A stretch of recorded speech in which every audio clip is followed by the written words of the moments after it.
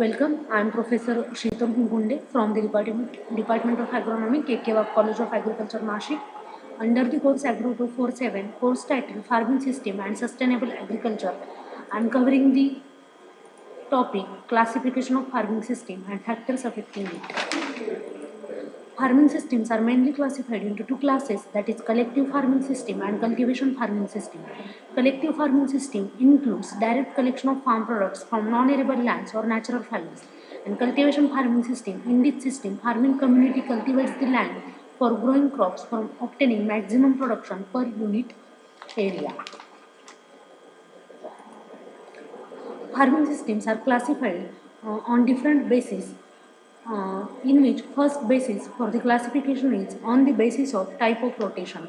Rotation means the sequence of crop. In these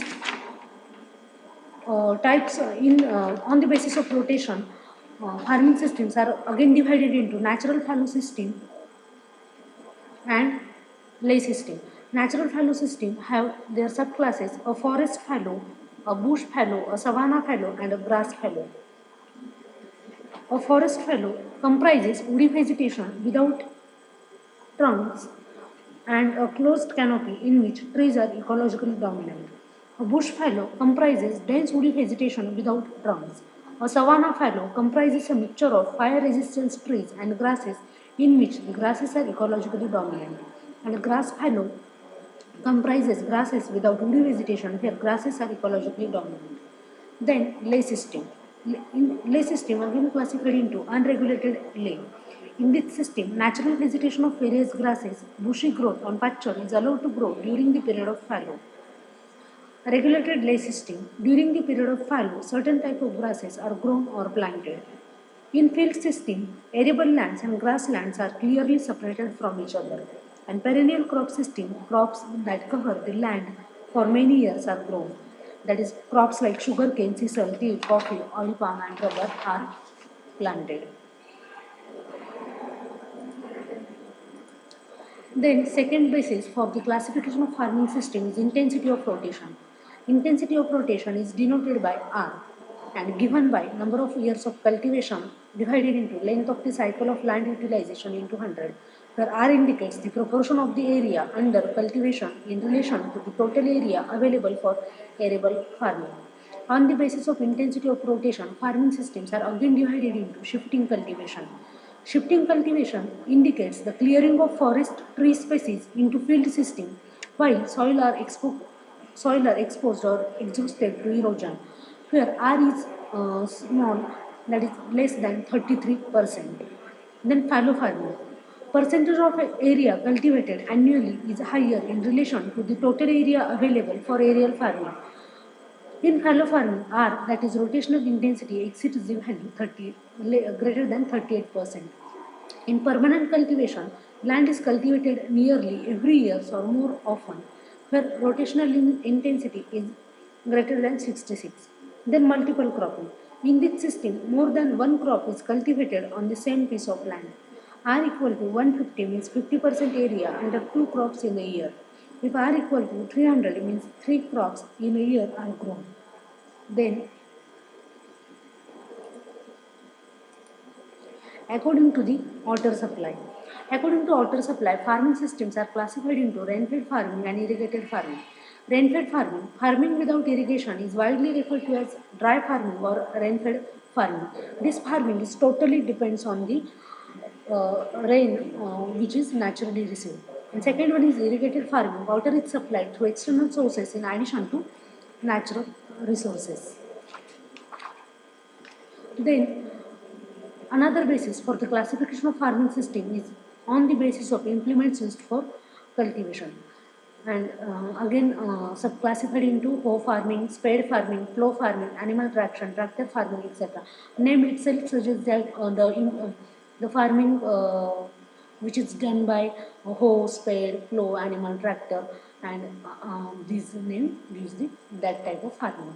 Then on the basis of degree of commercialization, first one is subsistence farming, where no sale of crop and animal product is done. Whatever production is on or whatever produce get from the farm is used for household consumption or household purpose.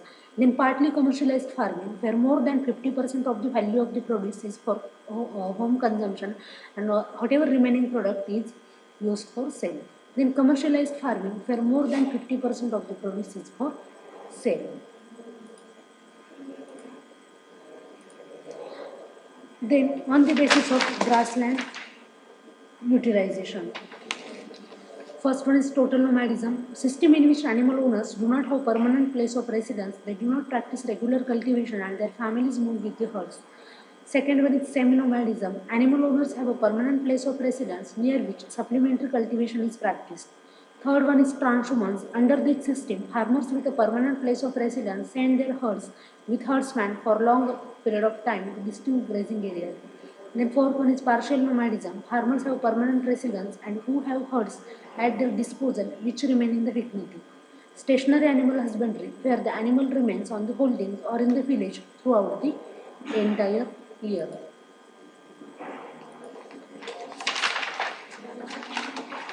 Then, according to the size of farm, farming systems are classified into small-scale farming.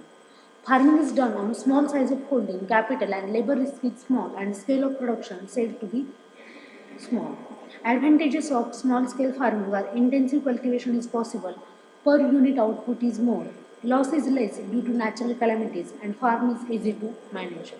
And disadvantages of small-scale farming are more per unit cost of production, mechanization is not possible, and no employment throughout the year. Then second one is large scale farming. When farming is done on large scale with large amount of capital, labor, organization and risk is called as a large scale farming. In India, 40 to 50 hectare land holding is called as large scale farming. The advantages of large scale farming are production is more economical, per unit production cost is less, mechanization on farm is possible, better marketing of agriculture produce and subsidiary occupations or employment generation throughout the year. And disadvantages are more loss in case of less demand and more production, more loss in case of labor unavailability or strike and natural calamities, and difficult to manage the farm.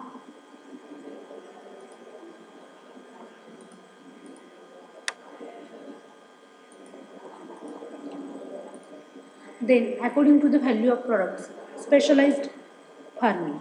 The farm on which 50% or more income is received from a single source is called a specialized farming. Advantages of specialized farming are better use of land, then better marketing, better management, less labor and equipments are needed, costly and efficient machinery can be kept, efficiency and skill is increased. And disadvantages are greater risk, land, labor and capital not fully utilized, and knowledge of farm enterprises becomes unlimited. Then diversified farming. Farming having several enterprises or sources of income, but no source of income equals as much as 50% of the total receipt. And advantages of diversified farming are better use of land, labor and capital. Farmer get regular income throughout the year, provides employment throughout the year, risk of failure of crop due to the natural calamities and maintain soil fertility due to crop rotations. And disadvantages are due to more crop diversification, competition for resource within the crop increases, maintaining various types of machineries for various crops is possible, and supervision on various enterprises is difficult. Then third one is mixed farming. Farming in which crop production is combined with raising of livestock. Advantages of mixed farming are more efficient utilization of land, labor and other resources. Byproduct of crops are useful feed for livestock. Balanced food is possible, provides money throughout the year and maintaining soil fertility through manure. Then, according to the water supply or irrigation, irrigated farming, farming in which crops are depends on artificial application of water is called as irrigated farming. And dry farming means crops are grown where rainfall is less than 750 millimeter is called as dry farming. Then another basis for the classification of farming system is on the basis of types of ownership. First one is family farming. All agriculture operations are carried out by family members of farmer is called as family farming. Management of inputs and farm is also done by farm family members. Then cooperative farming. All the members have ownership in the business. They pull required resources to run the business. The income is distributed according to their source. Then cooperative. In cooperative farming, first one is cooperative better farming. Farming is done by the members independently. They have ownership on the land. They follow recommended plan of cultivation. And cooperative joint farming, the members have ownership on the land and cultivation is done jointly. Cooperative collective farming, the land is acquired by the society either as freehold or leasehold. Then cooperative tenant farming, land is owned by the cooperative society on freehold or leasehold. Then institutional farming. Farms are used for conducting research or demonstration by an institution. Capitalistic farming. Land is owned by businessman or capitalist. All the investment is made by capitalist. Then state farming. Farming is done by the government, farm manager and other staff is appointed for agricultural operations and day-to-day working. Personal farming. Farmers have ownership on the land and farming is done independently. Collective farming, the members surrender their land, livestock, and implement to the society. Corporate farming, this is just like a capitalistic system of farming, but the right of ownership is on the shares taken by the farmers. The last basis for the classification of farming system is on the basis of cropping pattern and animal activities. The farms are grouped according to the leading crops and the livestock activities of the holding. Each activity has different requirements as to climate, soil, markets, and inputs. Therefore, those farms can be grouped together whose gross returns are similarly constituted. Example, coffee, banana holdings, rice, jute holdings, etc.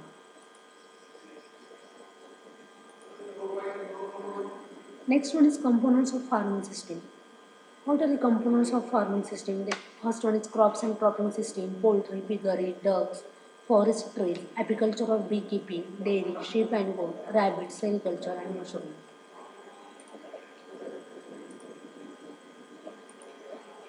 The next point is factors determining farming system. First one is physical factors or factors affecting the farming system.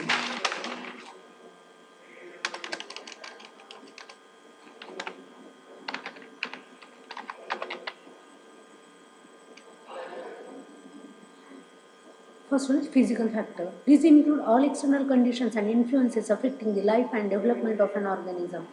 In physical factors, factors include climate, solar radiation, rainfall, temperature, relative humidity, wind, soil aeration and soil structure, soil reaction, soil fertility, supply of mineral nutrient, absence of growth restricting substances, topography, position of farm on the top sequences. Second one is biological factor. In biological factor, crop, livestock, weed, pest, diseases, which affects the farming system. Third, socio-economic factors in which endogenous, family composition, health and nutrition, education, food preferences, risk aversion, attitude, goals, gender relations, exogenous, population, tenure, off-farm opportunities, social infrastructure, credit market prices, technology, input supply, extension, saving opportunity are different factors which affects the farming system.